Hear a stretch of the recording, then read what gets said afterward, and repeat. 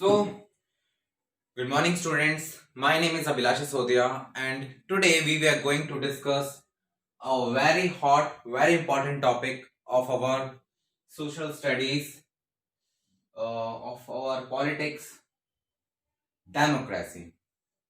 So, before start this topic, मैं democracy के बारे में कुछ आप लोगों से बातें करना चाहूंगा। डेमोक्रेसी क्या है, ये कहाँ से आई, इसकी जरूरत क्या है, वगैरह वगैरह।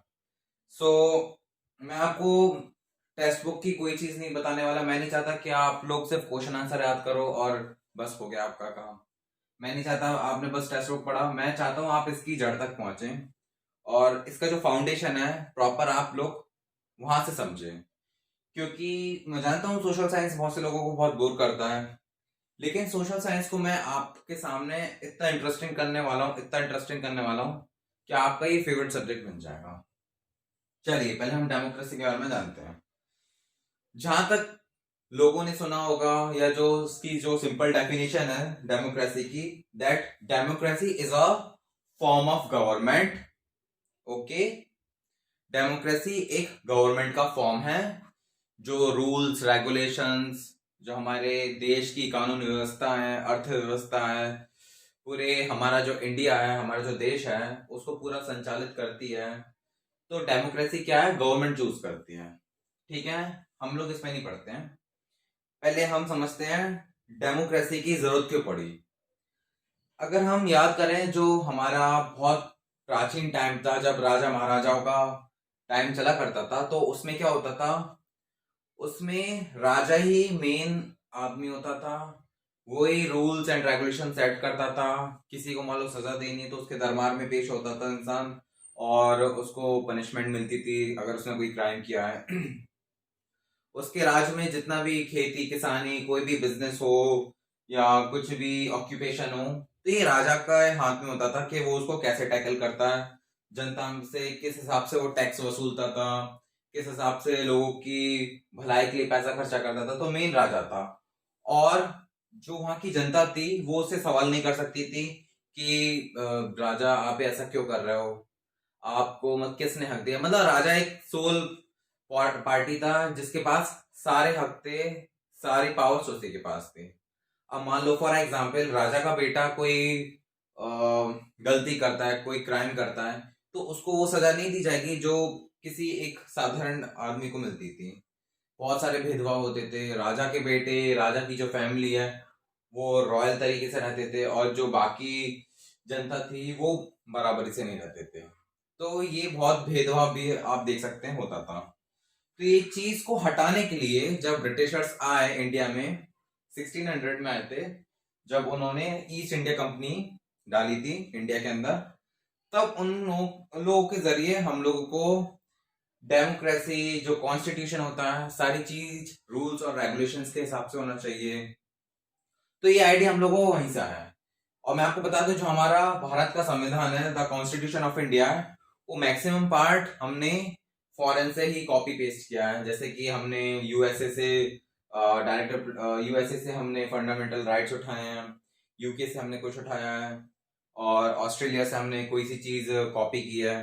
ठीक है, तो ये डेमोक्रेसी की जरूरत इसलिए पड़ी ताकि इंडिया के अंदर या फिर किसी भी देश के अंदर हर नागरिक को हक है कि वो गवर्नमेंट का पार्ट बन सकता है। फॉर एग्जाम्पल जैसे कि मैं एक शेड्यूल कास्ट का पर्सन हूँ, ठीक है, और जो देश का राजा है वो किसी पंडित जाति का है, ठीक है। तो उसको शेड्यूल कास्ट के बारे में, हमारे कल्चर के बारे में, हमारी समस्याओं के बारे में, हमें किस चीज की जरूरत है, उसके बारे में उसको कोई आइडिया नहीं है। अगर वो कोई भी रूल्स बनाएगा, रेगुलेशंस बनाएगा, तो वो अपने अकॉर्डिंग बनाएगा। तो कुल मिला के बात इतनी सी है, डेमोक्रेसी के तहत आप खुद गवर्नमेंट बॉडी का पार्ट बन सकते हो और आपके जरिए ही गवर्नमेंट बॉडी बनाई जाएगी। सुना होगा आपने, to the people, by the people, for the people. यानी कि जो गवर्नमेंट होगी वो जनता के लिए होगी, जनता से ही चुनी जाएगी और जनता के लिए ही काम की जाएगी। डेमोक्रेसी का मतलब ये हुआ। ठीक है, इस 125 करोड़ लोगों की जनसंख्या के अंदर कोई भी इंसान खड़ा हो सकता है इलेक्शंस के लिए, और ये जो जनता है यही उसको इलेक्ट करेगी, और जो इलेक्टेड पर्सन है वो इसी के लिए ही सेवा करेगा। समझ आया? तो ये डेमोक्रेसी इसलिए बनाई गई थी ताकि हमें इस तरह का जो राजपाट वाला सिस्टम है, जैसे आज भी बहुत सारी कंट्रीज में, जैसे आप इंग्लैंड जाइए तो वहाँ की क्वीन एलिजाबेथ है, वो वहाँ की सोल पर्सनैलिटी हैं, तो सारे डिसीजन उन्हीं के अकॉर्डिंग होते हैं। बहुत अच्छा एग्जाम्पल मैं आपको बता देता हूँ। आप कोरिया चले जाइए तो आप जिम योंग किंग हैं, वहां पे वो डिक्टेटर है, यानी कि उसकी परमिशन के अलावा पत्ता भी नहीं हिलता है। वो ही मतलब जो भी ट्रेंड है, जैसे कि मान लो वहाँ की जो सिटीजन है वहां को जीन्स पहनना अलाउ नहीं है, क्योंकि वो यूएस वेस्ट साइड का कल्चर है, तो वो वहां पे फॉलो नहीं होने देता। वहां के लोगों को हक नहीं है कि अपनी मर्जी के बाल कटवा सके, और वहां पे इलेक्शंस नहीं होते, वहां पे सिर्फ वही पर्सनालिटी है जो तब से राज कर रहा है। मतलब वहां पे लोग सह रहे हैं, वहां पे लोग गुलाम टाइप के हैं, मतलब वहां पे लोगों के पास हक नहीं है कि अपने मन का ऑक्यूपेशन, अपने मन का जॉब कर सके, बिजनेस कर सके, उसको परमिशन लेनी पड़ती है। लेकिन हमारे इंडिया के अंदर पूरा हक है कि हम देश के किसी भी कोने में जा सकते हैं, हमारे पास फंडामेंटल राइट्स हैं। वो मैं आपको ऑलरेडी आई थिंक बता चुका हूं, या फिर नहीं बताया तो फिर कभी आपको डिस्कस करूंगा। ठीक है? तो बाकी लोगों के पास, बाकी देश की जनता के पास, आई मीन बाकी ऑल ओवर द वर्ल्ड हर जगह फंडामेंटल राइट्स नहीं, तो डेमोक्रेसी के अंदर हमें फंडामेंटल राइट्स मिलते हैं, हमारे हक मिलते हैं। चलिए, डेमोक्रेसी का मैंने आपको एक इंट्रोडक्शन दिया था, अब हम थोड़ा सा चैप्टर की ओर बढ़ते हैं। चलिए मैं स्टार्ट करता हूं।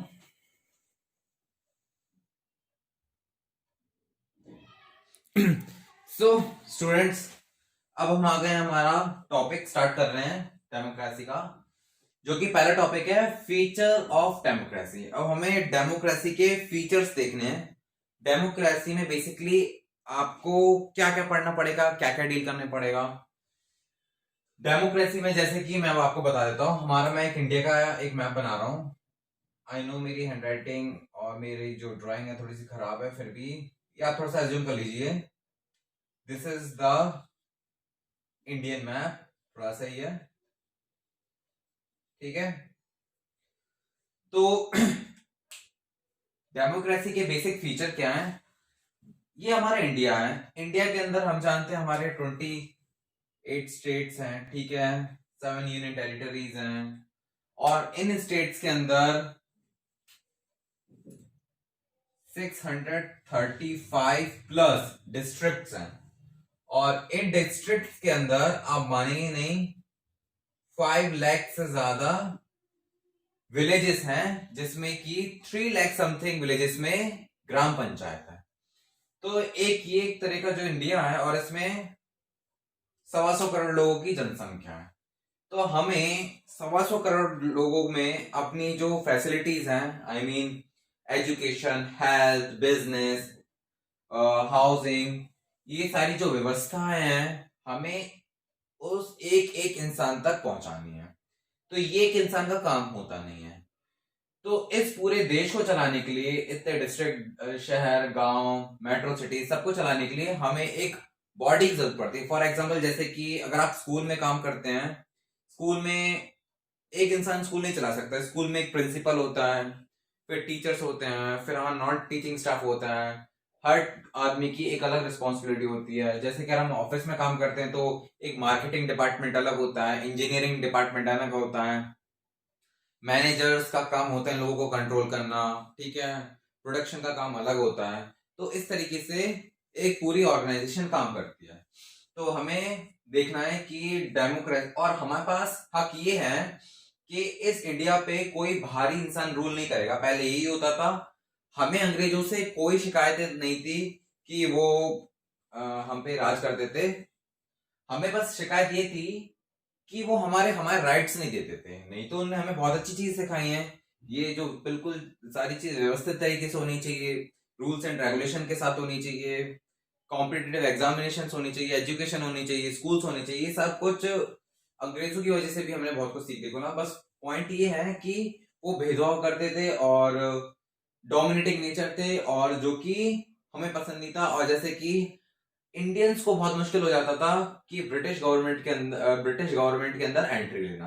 तो हम चाहते थे कि हमें हमारा राज चाहिए, हमें हमारा स्वराज चाहिए, कि अगर इंडिया पे किसी को राज करना है तो वो एक इंडियन ही होना चाहिए, हम बाहरी लोगों को अलाउ नहीं करेंगे। बस हमें ये प्रॉब्लम थी, बाकी चीजें उसने हमें उन्होंने हमें सिखाई है। हमें उन्होंने ड्रेसिंग सेंस सिखाया, खाना, रेलवे और टेलीफोन, बहुत सारी चीजें ब्रिटिशर्स की वजह से हुई। चलिए, तो डेमोक्रेसी के फीचर्स क्या है? पहला फीचर ये है, मैंने ऐसे शॉर्ट में लिख दिया, the ruler, what kind of election. Ruler कौन होगा इंडिया के अंदर, इलेक्शन किस टाइप के होते हैं, who are the peoples, those who will vote, वो कौन लोग होंगे जो वोट करेंगे, और किस टाइप की गवर्नमेंट बनेगी। अब ये देखिए, हमें इंडिया को चलाने के लिए एक रूलर की जरूरत होगी, लाइक हमारे Modi ji prime minister. Prime minister अकेले तो काम नहीं कर पाएंगे, तो उनकी एक बहुत बड़ी कैबिनेट होगी। मैं इसको रब कर देता हूं, ठीक है। प्राइम मिनिस्टर के नीचे होती है एक मंत्रालय, कैबिनेट मिनिस्टर्स। हमारे यूनियन कैबिनेट मिनिस्टर्स 35 से ज्यादा हैं, 35, यानी कि 35 मिनिस्टर हैं जिनके पास 35 डिपार्टमेंट्स होते हैं, जैसे कि फाइनेंस डिपार्टमेंट, रेलवे डिपार्टमेंट, और जैसे कि national highway department, chemical fertilizer department, education department. तो इस तरह से 35 मिनिस्ट्रीज 35 डिपार्टमेंट्स के अंदर बटे हुए हैं।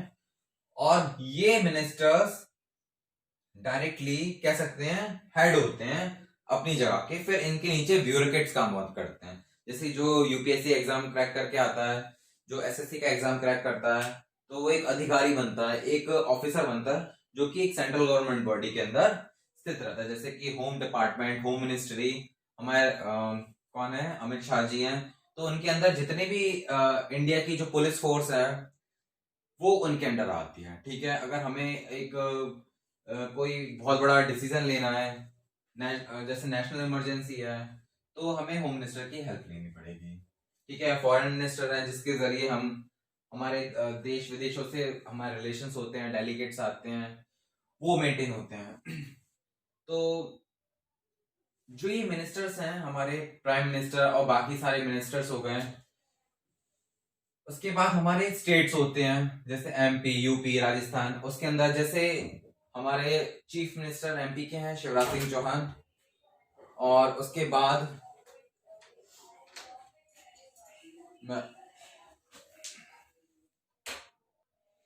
जिस तरह हमारे इंडिया में प्राइम मिनिस्टर नेशनल लेवल पे, उसी तरह हमारे शिवराज सिंह चौहान मध्य प्रदेश के प्राइम मिनिस्टर हैं, ठीक है।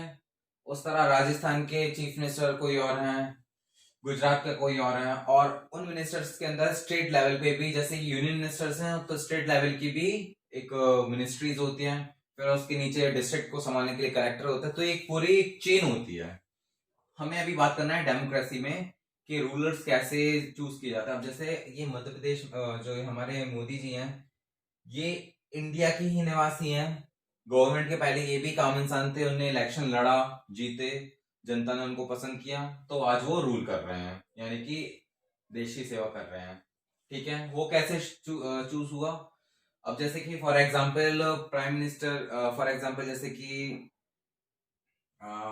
विधायकी के हमारे इलेक्शंस होने हैं, तो मैं रहता हूं एक अशोकनगर डिस्ट्रिक्ट में, और यहाँ पे विधायकी के इलेक्शन होते हैं, हो रहे हैं। तो इस इलेक्शन में कोई भी स्टैंड ले सकता है, कोई भी खड़ा हो सकता है, सबके पास हक है कि वो अपना नॉमिनेशन फाइल कर सकता है, ठीक है। उसके बाद इलेक्शंस होंगे कि जनता आपको पसंद करती है कि नहीं करती है, फेयर इलेक्शन होंगे। ऐसा नहीं है कि मैं खड़ा नहीं हो सकता, सिर्फ आप ही आप खड़े होंगे। इसी को ही डेमोक्रेसी बोलते हैं। डेमोक्रेसी का मतलब ये होता है कोई भी इलेक्शन के लिए खड़ा हो सकता है, ठीक है। दूसरी चीज है what who are the peoples, वो इंडियन ही निवासी होना चाहिए। और दूसरा डेमोक्रेसी का फीचर ये है, तीसरा डेमोक्रेसी का फीचर ये है कि इलेक्शन में वोटिंग कौन देगा? तो जो भी इंडियन सिटीजन है उसके पास हक है, वो अपना एक वोट दे सकता है, ठीक है। उसका एक वोटर आईडी कार्ड होना चाहिए, आधार कार्ड होना चाहिए, ठीक है। उसका वोटिंग लिस्ट में नाम होना चाहिए। और अगर हम इंडिया में नहीं होते, अगर हम साउथ कोरिया में होते, तो हमारे पास ये हक होते ही नहीं। ये सब फीचर्स हैं डेमोक्रेसी के, कि आप खुद खड़े हो सकते हैं, जनता पसंद कर सकती है, तो आप इलेक्ट भी हो सकते हो, आपके पास वोट है कि आप अपना जो दावेदार है, जो आपका प्रत्याशी है, उसको आप चुन सकते हैं। ये आपका हक है बाय वोटिंग के द्वारा। और बाय चांस वो पर्सन इलेक्ट होता है तो वो एक अपनी खुद की गवर्नमेंट बना सकता है। समझ रहे हैं आप? वो अपनी गवर्नमेंट फॉर्म कर सकता है। जनता ने जिनको चूज किया है वो लोग जनता की सेवा करने के लिए अपनी एक सरकार बना सकते हैं और जनता के हित में काम कर सकते हैं। जैसे कि कॉलेज में मैथ्स होती है, कोऑपरेटिव मैथ्स होती है, कि उसमें क्या होता है, फॉर एग्जांपल मान लो एक मैथ्स में 50 बच्चे हैं, तो 50 के 50 संतुष्ट नहीं कि उनकी मैथ्स में खाना अच्छा नहीं बनता, तो वो क्या करेंगे, और उनको पैसे तो उतने ही देने पड़ते हैं, तो उन्होंने क्या किया, 2-2 हजार रुपए सबने मिलाए, ठीक है, और एक पर्सन को पकड़ा दिए कि अब से खाने पीने की पूरी देखरेख तेरी है और तू ही पूरा मैनेजमेंट करेगा।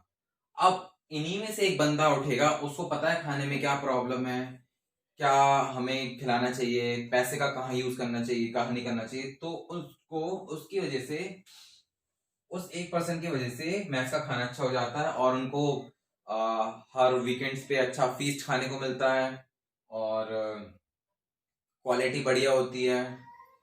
तो उसी तरह डेमोक्रेसी का सबसे बढ़िया फंडा ये है कि डेमोक्रेसी के अंदर कोई भी खड़ा हो सकता है। जैसे कि मैं अशोकनगर में रहता हूँ और मुझे अशोकनगर की स्थिति अच्छे से पता है, तो लोग अगर मेरे पे विश्वास करते हैं, जैसे मुझे पता है यहाँ पे रोड की प्रॉब्लम है, पानी की प्रॉब्लम है, इलेक्ट्रिसिटी की प्रॉब्लम है और स्कूलिंग की प्रॉब्लम है, हेल्थ की प्रॉब्लम है, मैं ये चीज अच्छे से जानता हूँ। मैं नहीं चाहता कि कोई बाहरी इंसान आके अशोकनगर का विधायक बने। ठीक है, यही डेमोक्रेसी का फीचर है। डेमोक्रेसी का मतलब है ये है आप खुद मालिक हैं। चलिए आगे का टॉपिक मैं आपको बताता हूं। अगर आप लोगों को ये चीज समझ आ गई है तो आप ये समझ जाइए डेमोक्रेसी चैप्टर आपका 70% कवर हो चुका है। अगर आपको मैंने जो आपको ये समझाया है, बस अब हमें चैप्टर को रीड करना है, उसके बाद मैं आपको उसको पॉइंट्स हैं वो एक्सप्लेन करूंगा। मेरा बेसिक मतलब ये है, बस आपका कॉन्सेप्ट क्लियर होना चाहिए। ठीक है, रटा रटा ज्ञान मैं नहीं चाहता कि आप लोग उसको रटें बस और याद कर ले। ये चीज बस आपके दिमाग में सेट हो जाना चाहिए। अगर आप चीजों में, जैसे कि मैंने अभी पॉलिटी की बात की, इसमें इंटरेस्ट लेंगे तो मैं मान ही नहीं सकता कि आप इससे कभी बोर होंगे। आपको बोर होने का मौका ही नहीं दूंगा मैं। चलिए, थैंक यू सो मच।